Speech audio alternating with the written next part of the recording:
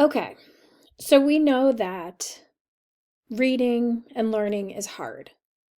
Well, how do you, as a student, be more efficient and effective with your reading and how do you get all the content to stick? Here are some tips and tricks that we've come up with. So first, dedicate specific time for your reading. We know that there's a lot of reading. We know that in each of your classes, your professors give you reading. We know this. Fortunately, some of the readings are overlapped. So you will be reading them multiple times. But you really need to dedicate time for the reading. The one strategy that you can use for these readings is to chunk out the time and to chunk out the readings. So if you know you have 30 pages of reading to do, chunking it into 10 pages, little bite-sized pages, and dedicating your time to those 10 pages. So I think most of us want to just like dive in with our highlighter and our pencil and start highlighting and writing notes immediately. And this actually is not the most efficient way to read a textbook. What you consider doing is first previewing your readings. So just sort of getting a lay of the land. What are the objectives listed in the front of the chapter? What are the review questions at the end of the book? What are the titles? What are the subtitles? If there are no titles, what is the chapter, the first paragraph of each, the first sentence of each paragraph? What is it saying? Are there pictures? Are there lists? Are there tables? Are there graphs? To give yourself an idea of what you're to expect in that reading.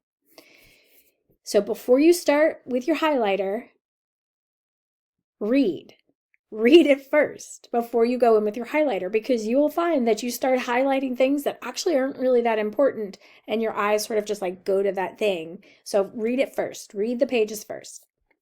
Now go back with your highlighter. Once you've read it the first time, you've skimmed, you've read it the first time, now go back with your highlighter and start making notes. Writing in the margins if you have a book that you can do that with. Use sticky notes. Use, how do you tag important areas that you want to go back to? Take notes and write these notes in your own words, not in the words of the book. So really paraphrasing everything to make sense to you.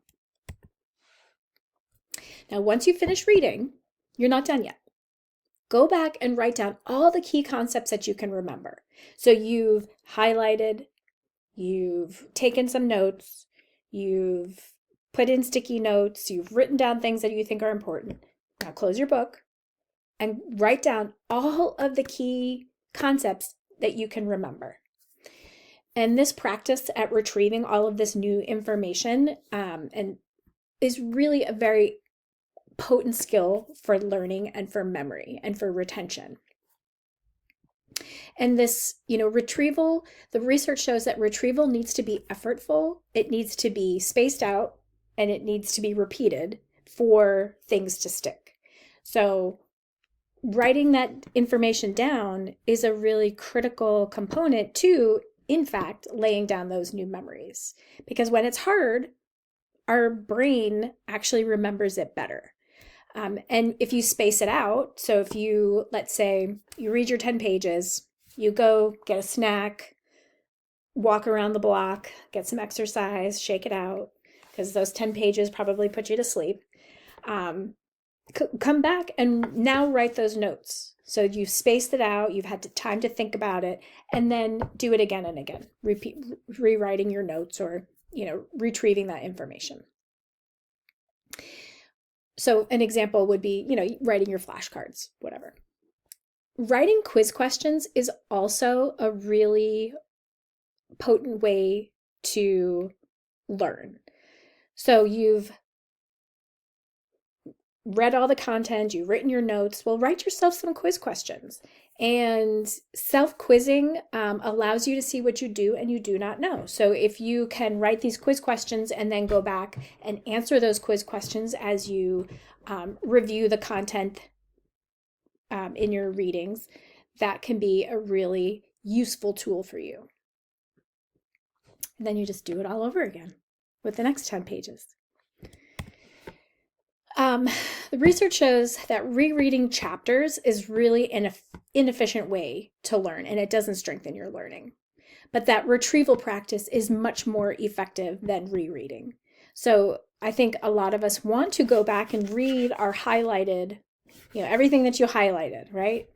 My highlighter here, I just want to go back and read all the things that I highlighted. But that really is an inefficient way of learning, and it doesn't really do anything. The information doesn't stay there. So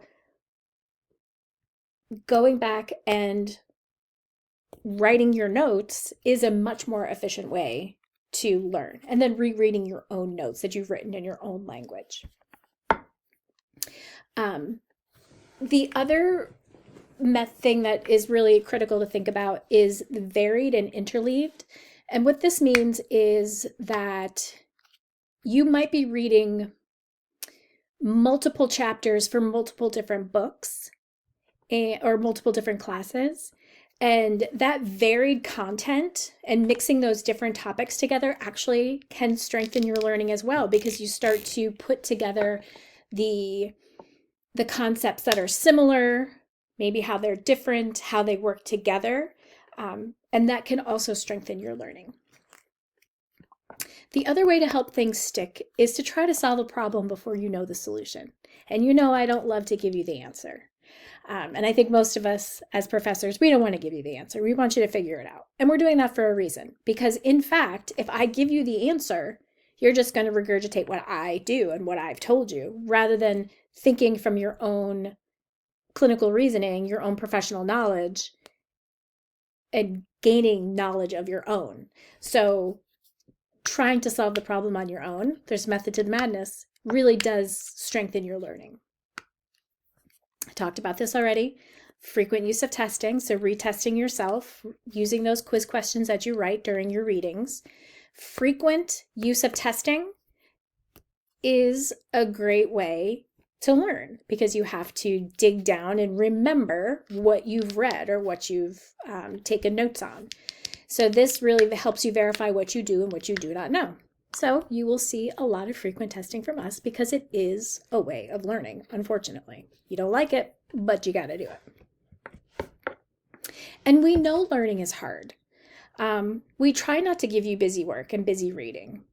Maybe it happens, but we try really hard not to. We try everything that we assign to you really is there's a purpose behind it all. These assignments and readings prepare you for all of that hands-on that you're doing with us. Having you think on your feet strengthens your learning. That's why we have you do it. And frequent testing, either in the classroom or on your own, this also strengthens your learning. But we know it's hard. We recognize that it's hard and it's overwhelming and it's stressful. So what do? Ask a friend. Set up a study group. Talk amongst yourselves. I know you have a lot of reading and you have a lot of work, but sometimes you have to do extra work and extra research. Go to your open labs or go to your work blocks. Create and seek opportunities to get feedback. Create opportunities to go and process all the information that you're learning. Ask for office hours. We love when students come to office hours. Go to the library. Ask the librarian for help. Ask her how to do research, or him. Make an appointment with the Center for Student Success. If all else fails and you just feel like you're drowning, which I really hope you don't, but it happens during the semester. I'm realistic. Make an appointment with somebody other than me or your other professors to, help you develop a plan for your success. So I hope this helps making the content stick. And as always, don't hesitate to reach out with questions.